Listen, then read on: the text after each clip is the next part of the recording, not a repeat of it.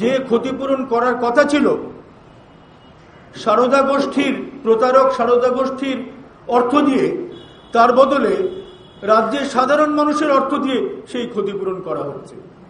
কোন আইন মেনে করা হচ্ছে? এই ধরনের সংস্থায় ক্ষতিগ্রস্তদের জন্য যে বিল এনেছিলেন, যেটা আইন করার চেষ্টা করছিলেন, যদি সেটা ধরেই বলা হয়, তাহলে সেই বিল তো রাজ্য সরকার ইতিমধ্যে প্রত্যাহার করে নিয়েছেন। তাহলে তো কোনো আইনের অস্তিত্ব নেই এখানে।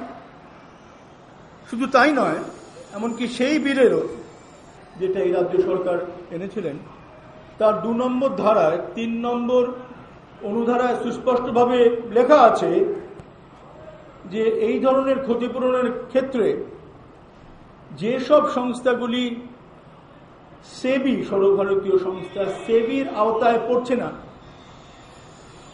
তাদের ক্ষেত্রেই করা যাবে। যারা সেবির আওতায় পড়ছে, অর্থাৎ সারদা গোষ্ঠীর মতো, তাদের ক্ষেত্রে ক্ষতিগ্রস্ত সঞ্চয়কারীদের এই ক্ষতিপূরণ করা যাবে না। এটা তো ওদের বিলেই আছে। তাহলে কি করে ওরা বলছেন, কোন আইনের ভিত্তিতে বলছেন যে এই ক্ষতিপূরণ করা হচ্ছে?